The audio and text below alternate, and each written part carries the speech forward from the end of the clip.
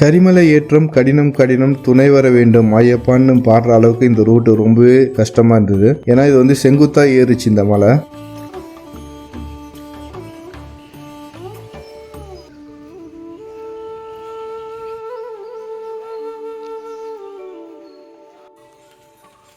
அப்புறம் இங்கே இருக்கிற ஷாப்ஸ்லாம் ப்ரைஸ் அதிகமாக தான் வச்சு பொருளை வைப்பாங்க.